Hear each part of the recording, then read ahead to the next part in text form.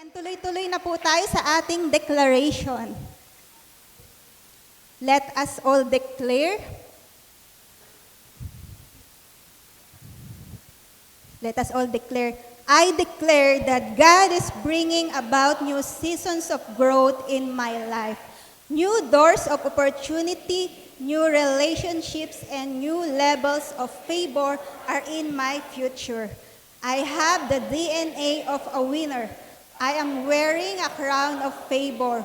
Royal blood flows through my veins. I am the head, never the tail. Above, never beneath. I declare I am equipped for every good work God has planned for me. I am anointed by the Creator of the universe. Every bondage, every limitation is being broken off of me. I will rise higher, overcome every obstacle, and experience victory like never before. These are all my declarations in Jesus Christ's name. Amen. At bago po kayo umupo, batiin niyo po yung katabi niyo, Merry Christmas! At sabihin niyo naman po sa kabila, regalo ko Praise the Lord, pwede na po tayong umupo. So magandang umaga po sa bawat isa. Sa mga hindi po nakakakilala sa akin, ako po pala si Rose Ann Barco, one of the covenant leaders here in Christ the Rock, Maine. In behalf of Bishop Ton and Rev Cel, sila po ngayon ay nasa UAE para mag-minister. So ako po ngayon ang naatasan na mag-share ng Word of God. And tayo po ngayon ay nasa new series, di ba? December na. So, tayo po ngayon ay papasok sa Full Blast Love for God series. So, grabe no, magpapasko na agad. And today is the first day of the month, di ba? And today is the first Sunday of the month. And today rin is the first series of the month. And ngayon din po ay first time ko rin pong mag-preach sa Sunday service. So ako po ay nakakapag-preach lang po ako sa prayer night, sa miracle night. So this day is very special day for me, di ba? And alam nyo po, last October, nagdiwang po ako ng birthday. And ang prayer ko lang po noon, Lord, this year, sa panibagong taon na binigay niya sa akin, maka-experience ako ng mga something new. New experiences, new skills to unlock, new people to meet. Pero yung bigla akong minessage ni Rev Cel, sabi niya, Ann, ikaw mag-preach sa December 1. And nagulat po ako kasi, di ba, kakapray ko pa lang po na, Lord, gusto ko maka-experience ng something new. And nilagay agad ako ni Lord dito. Parang, si Lord talaga, iba siya kumilos, di ba? Hindi natin ine-expect. Kaya nga minsan po, nakakabaring humiling di ba? Kasi iba ang kilos ng Panginoon. So, praise the Lord. At ito po, konting revelation. Last year, na-assign po ako sa preacher ng December. And sino po nakakaalala ng tema natin last year? Diba, ang tema po natin ay intimately walk with God. So, nasa walk series po tayo last year. And yung hinanda ko pong preaching for December, that time, is walk with love, about love. Kasi, di ba, pag Christmas, we are remembering the love of Jesus Christ para sa atin. Pero ang nangyari po last year, nawala ako sa schedule ng preacher, parang na-move. Hanggang hindi ko na-preach yung pinrepare kong preaching na about love. Sabi ko, sayang naman Lord, hindi ko mapipreach yung hinanda ko. Kasi pagpasok ng January, iba na yung tema hindi na siya sa swak. And I believe, pinrepare pala yun ni Lord para sa araw na ito. Diba? Praise the Lord. Kasi hindi pala siya pang 2023. Pang 2024 pala siya. And hindi siya pang prayer night, kundi pang Sunday service. So, grabe yung God orchestrated everything. And I believe na this is the perfect time na pinili ng Panginoon para marinig natin ang series na ito na Full Blast Love for God. So let us start. Let us read Luke 4:11 to 24. Jesus continued, "There was a man who had 2 sons. The younger one said to his father, 'Father, give me my share of the estate.' So he divided his property between them.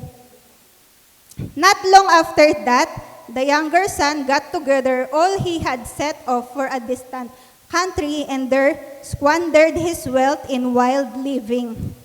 After he had spent everything, there was a severe famine in that whole country and he began to be in need. So he went and hired himself out to a citizen of that country who sent him to his fields to feed pigs. He longed to fill his stomach with the pods that the pigs were eating, but no one gave him anything. When he came to his senses, he said, 'How many of my father's hired servants have food to spare, and here I am starving to death? I will set out and go back to my father and say to him, Father, I have sinned against heaven and against you. I am no longer worthy to be called your son. Make me like one of your servants.' So he got up and went to his father. But while he was still a long way off, his father saw him and was filled with compassion for him. He ran to his son, threw his arms around him, and kissed him. The son said to him, 'Father, I have sinned against heaven and against you. I am no longer worthy to be called your son.' But the father said to his servants, 'Quick, bring the best robe and put it on him. Put a ring on his finger and sandals on his feet. Bring the fattened calf and kill it. Let's have a feast and celebrate. For this son of mine was dead and is alive again. He was lost and is found.' So they began to celebrate." So praise the Lord. So this story is very familiar to us, di ba? Ito yung about sa prodigal son, di ba? Ito yung story kung saan ang father ay may 2 anak na lalaki. So ang nakababatang anak niya, kinuha niya na agad yung mana. Di ba? Nagpakalayo-layo siya at ginastos niya lahat ng ari-arian niya, lahat ng mana na nakuha niya hanggang sa maubos na lahat ng resources niya. At nung nagkaroon ng taggutom, di ba? Nagkaroon ng matinding taggutom. Dahil wala na siyang resources, maski pagpapakain sa baboy, pinasok niya, di ba? Di ba? From being rich, naging tagapagpakain ng baboy. And then, na-realize niya, teka lang, mabuti pa yung servants ng tatay ko, may mga nakakain doon, matinong pagkain. Samantalang ako, ito, nagpapakain lang sa baboy, nagpapakain lang ng baboy. Hanggang sa naisip niya na bumalik na lang sa tatay niya, di ba? Humingi ng tawad at manilbihan, kahit isang alipin. Ngunit nung pagbalik niya, nung nakita siya ng kanyang tatay, tumakbo agad, sinalubong siya, niyakap siya at hinalikan, di ba? At hindi lang yun, sinuotan pa siya ng best robe, ng singsing at sandals, at nagkaroon pa ng feast at celebration. So, sa kabila ng lahat ng ginawa niya, andun pa rin yung tatay niya. Tinanggap siya. Diba? So, kaya po ang title ng message for today ay pinamagatan ko pong Hello, Love Again. Sino po dito yung mga nakanood na nasa sine, Hello, Love Again? Mga cat din. So, hindi po cat din ang pag-uusapan natin ngayon. So, ang bida po sa story today ay ang prodigal son at ang pagmamahal ng kanyang ama. Diba? This morning, si Lord po ang bida, diba? Wag muna yung cat din, wag muna yung mga bida sa totoong palabas na yan. So, di ba? Ano nga ba yung prodigal? Prodigal comes from the Latin word prodigere, means to drive away or waste. Another meaning, spending money or resources freely and recklessly. And last, wastefully extravagant. So, ang prodigal pala, kaya pala parable of the prodigal son, kasi ang prodigal, sa Tagalog, labis na pagwaldas. Diba? Talagang inubos niya yung anak na isa, inubos niya lahat ng ari-arian niya, yung resources niya, nang talagang wala nang natira. So ngayon po, tingnan natin ang characteristic ng prodigal son sa story and characteristic ng father. So the young son, una, selfish. Diba? Pinili niya yung gusto niya. Diba? Kinuha niya agad yung mana niya para lang lumayo, para lang gastusin, di ba, yung mga gusto niyang bilhin, yung gusto niyang gawin. Another, disrespectful. Di ba? Last month, nagkaroon tayo ng series about full blast honoring. And dito po sa story, makikita natin na na-dishonor niya yung tatay niya kasi ang mana ay nakukuha lang kapag wala na yung nagpapamana. Pero buhay pa yung tatay niya, kinukuha niya na yung mana. So, pagpapakita ito ng disrespectful. And pangatlo, reckless. Diba? Basta inubos niya lang yung pera niya, inubos niya yung resources niya hanggang dumating yung time na walang-wala na siya. But the father, characteristic of father, loving and compassionate. Diba? Sa kabila ng ginawa ng anak niya, tinanggap niya pa rin, niyakap niya pa nga diba? Hinalikan, and pinatawad, forgiving, and full of grace. Diba? Kahit na nagkamali yung anak niya, puno pa rin siya ng grace. Diba? Sinuotan pa ng sandals, ng best robe, ng singsing. Diba? Alam niyo po, para rin tayong prodigal son. Na mas inuuna po natin yung sarili nating kagustuhan, nagiging selfish po tayo. Diba? Nagiging disrespectful din tayo kasi hindi natin napapahalagahan yung relasyon natin sa Panginoon. Diba? Pinipili natin yung gusto lang natin over our relationship with God.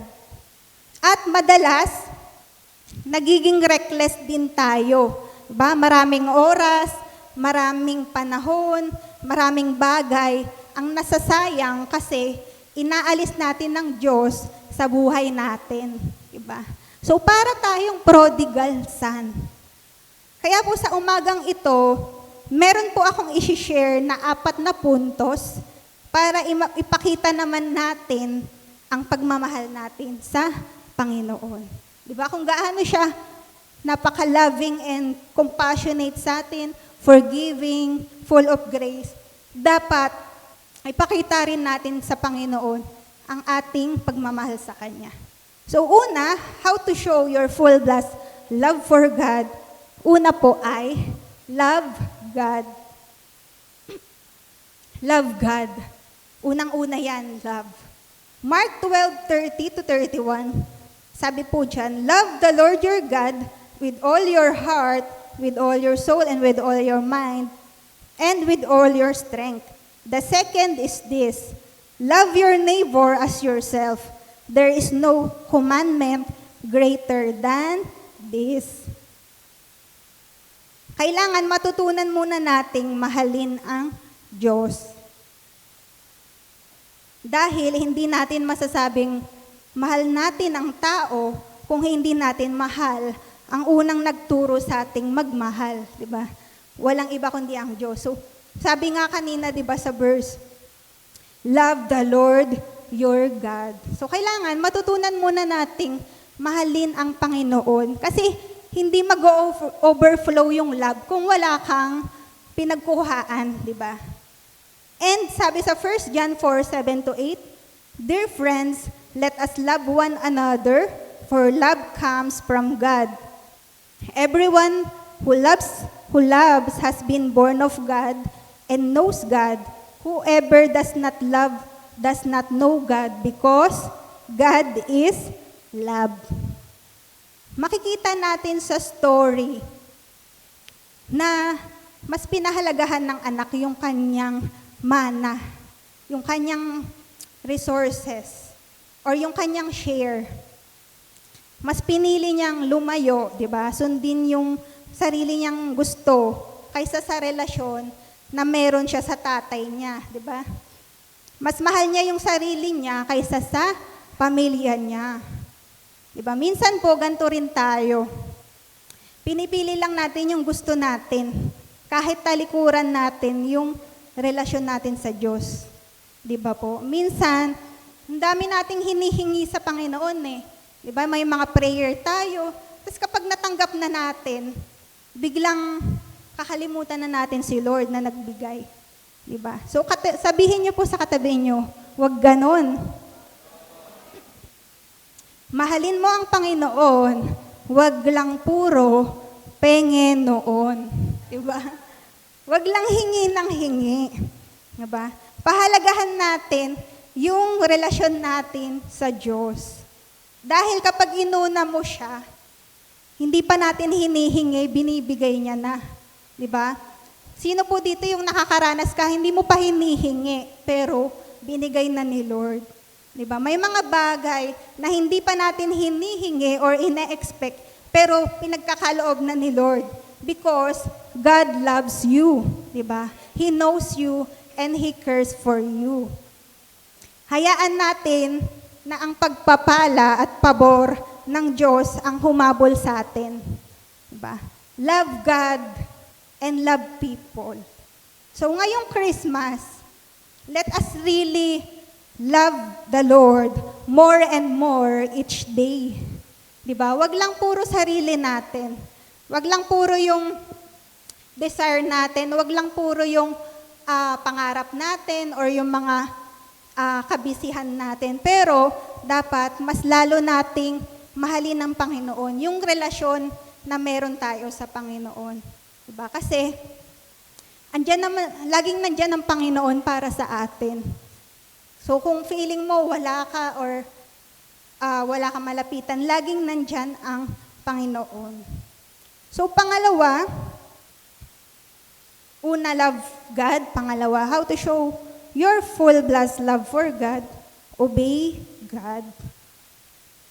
Sabi nga, di ba kanina, hindi mo mapapakita sa Diyos na mahal mo siya kung di mo naman siya sinusunod. In Deuteronomy 27 verse 10, obey the Lord your God and follow His commands and decrees that I give you today.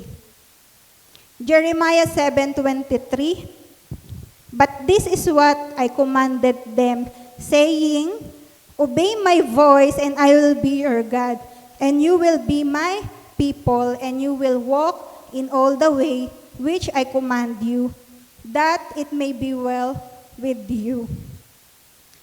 Ano pong sabi dyan? Sundin mo ang Panginoon. Sabi dyan, obey the Lord your God. Hindi mo nga masasabing, di ba, yung tao nga minsan di ba, hindi mo masasabing mahal mo siya kung hindi mo siya sinusunod, kung hindi mo siya pinapahalagahan. Pero alam nyo minsan mga kapatid, mahirap talagang sumunod, di ba? Sabi nga ng Diyos, mahalin mo yung kaaway mo, di ba? Minsan parang ang hirap ang hirap sundin, pero dahil mahal mo ang Diyos at gusto mong sumunod sa Kanya, talagang mamahalin mo ang kahit sino. Kahit ngayong katabi mo, kahit hindi ka mahal-mahal yan, di ba? Mamahalin mo. Minsan ang hirap sumunod, pero dahil mahal mo ang Diyos, di ba? Imbis na magagalit ka, papanalangin mo na lang. Di ba? Totoo po ba? Minsan may time na nakakainis yung tao sa paligid natin, ganyan.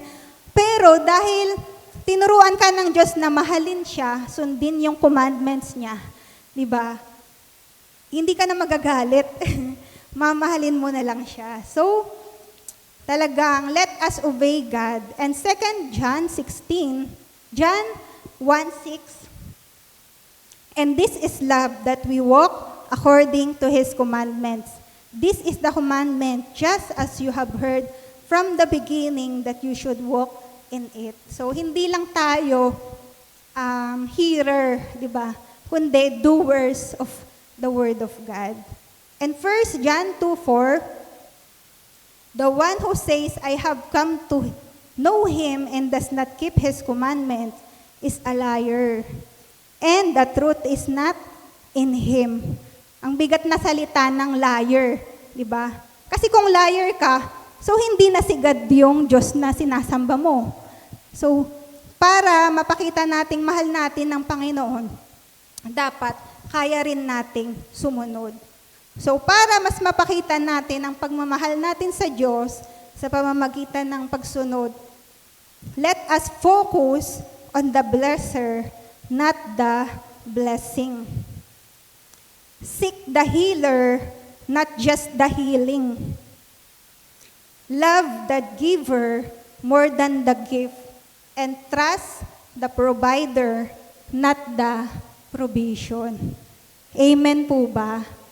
Mas mag-focus tayo sa blesser kaysa sa blessing. Di ba yung prodigal son, mas nag-focus siya sa blessing sa pwede niyang makuha sa tatay niya. Hindi siya nag-focus sa relasyon niya sa tatay niya. Di ba? Tinalikuran niya nga nilayuan niya. So tayo, we should focus on the blesser. And we should seek the healer, not just the healing. Diba? Meron sa atin, kadalasan tayo, gusto lang natin ng, Lord, tulungan niyo ako. Pero, gusto lang natin yung matatanggap natin, yung healing, but not the healer. And minsan, gusto lang natin yung gift, di ba, ngayong Christmas. Uso yung bigayan ng regalo. Pero, bakit nga ba tayo nagse-celebrate ng Christmas? Diba? Kasi inaalala natin na may isang araw na nag-alay ng buhay para sa atin. And that is Christ. So let us love the giver, not the gift. And trust the provider, not the provision. Diba? Minsan, iniisip natin, wala na ako, paano pa ako magta-tithes? Baka kulangin ako. Pero, di ba, dapat mas mag-trust tayo sa provider kaysa sa provision na hawak natin. So, let us start to renew our minds. Di ba? Sa Diyos lang lagi ang tingin. Huwag sa mga pangangailangan natin. Amen. So, let us renew our minds. Di ba? Hindi na tayo kaiba sa unbeliever kung pareho lang tayo sa kanila mag-isip. So, dapat maging focus tayo sa Panginoon. Let us love God. Let us obey God. And pangatlo, how to show your full blessed love for God. Value the Word of God. Diba? So, Joshua 1:8, keep this book of the law always on your lips. Meditate on it day and night, so that you may be careful to do everything written in it. Then you will be prosperous and successful. Sabi po dyan, keep this book of the law always. Sabi dyan, always. And sinundan pa, day and night. So binibigyan dyan ng diin ng Diyos kung gaano kahalaga ang Word of God. Diba? Pwede niya naman sabihin dyan, keep this book of the law. Period. Pero sabi niya, always. Sabi niya pa, day and night, i-meditate mo. So let us really value the Word of God. Diba? In Matthew 4:4, sabi po dyan, but he answered, it is written, man shall not live by bread alone, but by every word that comes from the mouth of God. Hindi lang sa physical na bubuhay ang tao, di ba? Kailangan din natin ng pagkaing spiritual. So yan yung Word of God. So, napakahalaga niyan, even our devotion, di ba? Sobrang halaga niyan. And Romans 10:17, so faith comes from hearing and hearing through the Word of God. So, balikan po natin yung story ng prodigal son. Napansin po ba natin, nung lumayo yung anak sa tatay niya, ano pong nangyari? Di ba, mas nahirapan siya? Di ba, mas lalo siyang nagutom? Di ba, mas lalong humirap yung sitwasyon niya? Kasi, nung nasa poder siya ng tatay niya, di ba, mayaman sila marami silang katulong, marami silang hired servants. Sa panahon pala ng Bible, masasabi mong mayaman ang isang angkan kapag depende sa dami ng servants. Diba? Doon mo masasabi na mayaman yung pamilya. So sila, mayaman sila, pero pinili niyang lumayo. Nung lumayo siya, mas nahirapan siya. Diba? Why? Dahil lumayo siya sa source. Sometimes, akala natin, we are doing the right choice. Pero once na lumayo tayo sa source, we can't do nothing. We are nothing. Naranasan nyo na po bang lumayo sa Diyos? Tapos, napapatanong ka, bakit parang ang gulo? Diba? Kasi lumalayo ka sa source of peace. Bakit parang ang hirap ng sitwasyon ko? Kasi lumalayo ka sa source of strength. Diba? Minsan parang ang lungkot ng buhay ko. Kasi lumalayo ka sa source of joy. Diba? Minsan, iniisip mo, paano na yung pangbayad ko ng bills, paano na yung panggastos ko, saan ako kukuha. Lumalayo ka sa great provider. Diba? Minsan, iniisip mo, yung mga problema mo, bakit ako nagwo-worry? Diba? Paano na to? Paano na yan? Kasi lumalayo ka sa source of hope. Diba? Pansin niyo po, every time na lumalayo tayo sa source, kay God, lalong nagiging magulo at mahirap ang sitwasyon natin. Amen? Dahil God is the source of peace, God is the source of joy, the source of strength, the source of provision, the source of hope, and everything. Kaya pag lumayo ka sa Diyos, lumayo ka sa source, lumayo ka sa presensya niya, wala na. Kasi lumayo ka sa source kaya nga nahirapan ka, kaya wala kang joy, kaya wala kang peace, you feel empty. Kasi lumayo ka sa nagbibigay sa'yo ng fulfillment. And sabihin mo nga sa katabi mo or i-comment mo, huwag kang lalayo sa source. Don't settle for less. Huwag kang lalayo, huwag kang lalabas, huwag kang aalis sa presensya ng Diyos. Diba? Kasi kapag nasa presensya ka ng Diyos, you are protected. Amen. Lahat ng pangangailangan mo ay nariyan kasi kasama mo ang Diyos. Lahat ng pagsubok ng buhay mo, mapapagtagumpayan mo kasi kasama mo ang Diyos. Kaya wag na wag kang lalayo sa source. Kasi at the end of the day, babalik ka pa rin sa Kanya. Tulad ng prodigal son, nung wala na lahat, temporary lang nung wala na lahat ng meron siya, ano na lang meron siya? Tatay niya. Diba? Mawala man ang lahat, nandyan pa rin yung tatay niya. In this world, mawala man ang lahat, meron pa rin tayong babalikan na Diyos. Kasi hindi siya nawawala, hindi siya nagbabago. Tayo lang yung umaalis sa presensya niya. If you will choose God, you will experience the benefits of His presence. Diba? Makikita natin sa prodigal son. Nung bumalik siya sa tatay niya, grabe, no? Sinuotan pa siya ng best robe. Sinuotan pa siya ng sandals at ng singsing. Yung singsing, di nga sinabi kung anong klaseng singsing, kung gold ba yun, di ba? Pero, makikita natin na andyan pa rin yung tatay niya. Yun pala yung kayamanan niya. Yun pala yung treasure na hindi mawawala. So, choose God. Yung movie na Hello, Love Again, it's all about choice. It's all about choices you've made. Diba? Spoiler. Pero yun, it's all about choices. So in this story, it's all about choices din. Diba? Choice mo bang magstay? O choice mo bang kunin na yung mana mo at magpakalayo-layo? Diba? So, I hope we choose God. Diba? Let us choose to stay in His presence.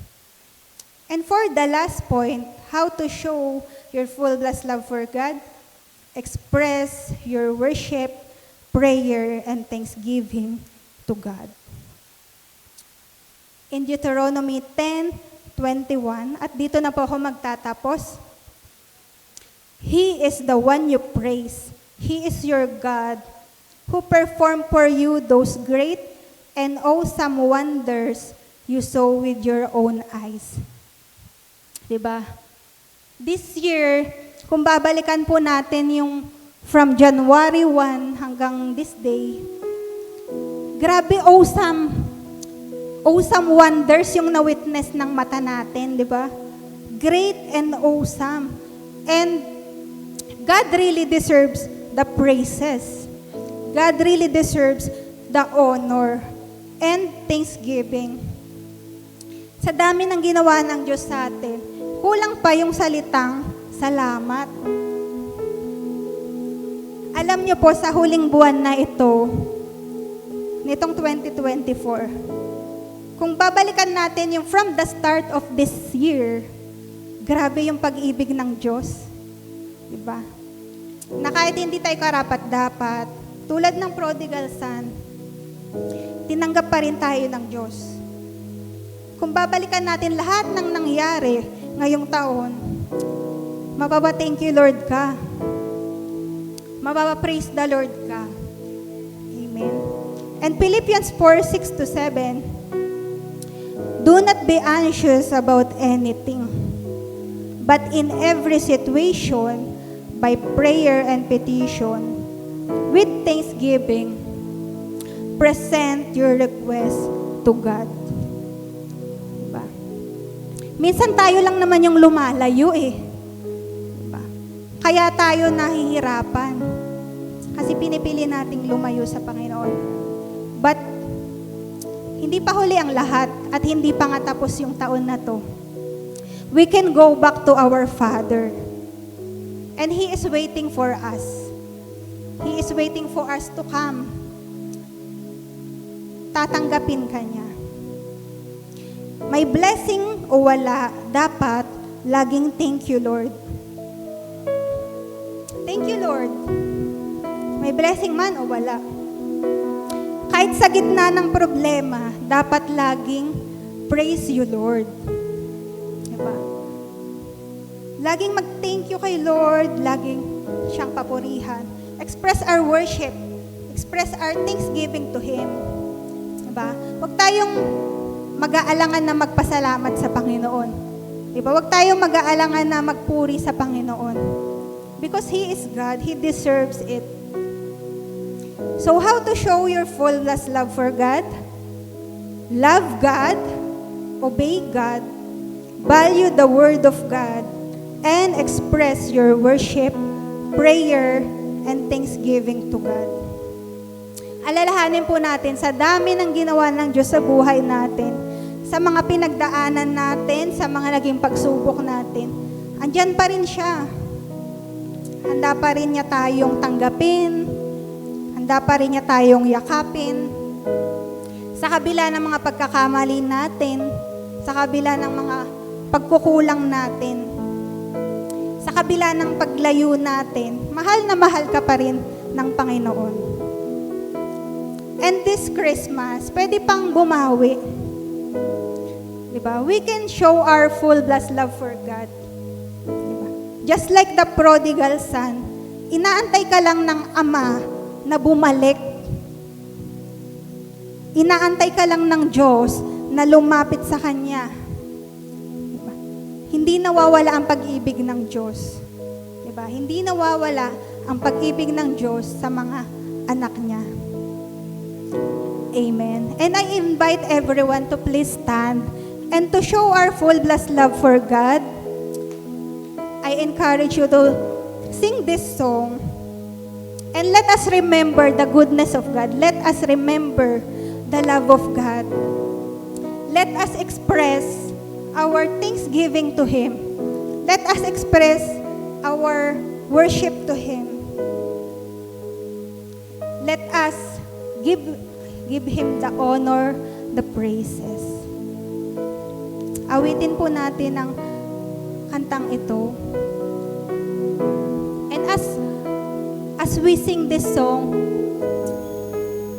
maging personal siya sa atin, diba?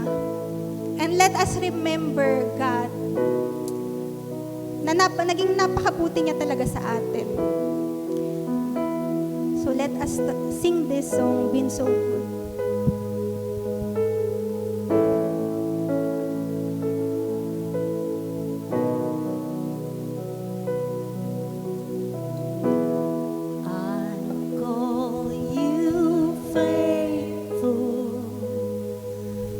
Promises you've kept and every need you've met,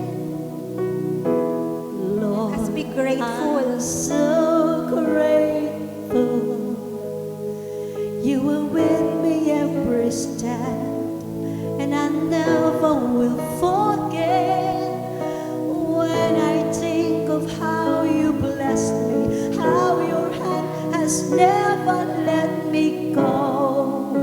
You never let me go. You have been so good to me. Oh God, I can't believe how you love me. What a friend you have been. So good to me. Oh God, I can't believe how you love me. What a friend you have been. Anybody got a friend in Jesus? Let us pray. Patuloy po tayong manalangin sa Panginoon. Let us communicate with Him. Habang tumutugtog ang musika, let us talk with God. Express your love with God. Express your worship. Pasalamatan mo siya sa bawat pagkakamali na ginawa mo, tinatanggap ka pa rin ng Panginoon.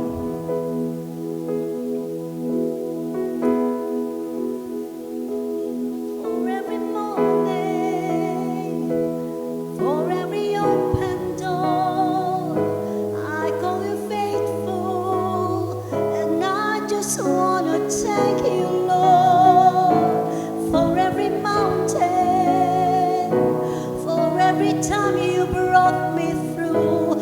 I call you faithful, and I just wanna thank you, Lord, for your forgiveness, for how you never turned away. I call you faithful, and I just wanna thank you, Lord, for your salvation. You paid the price I couldn't pay. I call you faithful, and I just wanna thank you, Lord. Salamatan mo, Panginoon. Sa bawat pagkakadapa mo, tinatayo ka niya. Sa bawat pagsubok na kinakaharap mo, nandyan siya. Niyayakap ka niya, kino-comfort ka niya. Sa panahon na malungkot ka, nandyan siya para sa'yo. Continue to be within His presence. You have been so good to me. Oh God, I can't believe how you love me. What a friend you have been. So good to me. Oh God, I can't believe how you love me.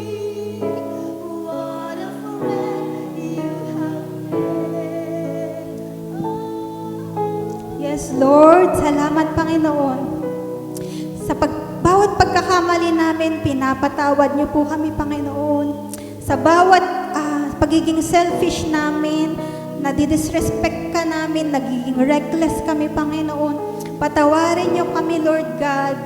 And salamat, Panginoon, dahil mawala man ang lahat sa amin, lahat ng bagay dito sa mundo, nandyan ka pa rin, Panginoon. Nandyan pa rin yung pagyakap niyo sa amin, Lord. Continue to fill us, Panginoon. Continue to embrace us. Sa mga pinagdadaanan namin, yakapin niyo kami, Panginoon. And we will always go back to you, Panginoon. Kayo lamang kailangan namin, Panginoon. Kayo lamang ang pupuno sa amin. And Lord, this month, bago matapos tong taon, Panginoon, we will love you more. Mamahalin ka namin, paglilingkuran ka namin, Lord. We will express our worship to you. We will express our prayer, our thanksgiving to you. Because you deserve it. You are the Father that we really worship, Panginoon. You are the Father na nandyan lagi para sa amin. Nagkakamali man kami, Panginoon. Nadadapa man kami, tinatayo nyo kami. Lumalayo man kami, hinahatak nyo kami pabalik, Panginoon. You deserve all the praises. You deserve all the worship. You deserve all the honor. And Lord, we will continue to show our full blessed love for you. Aming Panginoon, salamat po sa lahat-lahat ng ginawa nyo. Salamat, Lord, sa mensahe nyo. Salamat, Lord, sa pagmamahal nyo na hindi mananakaw sa amin. Thank you for everything, Lord. We worship you. We love you. In Jesus Christ's name we pray.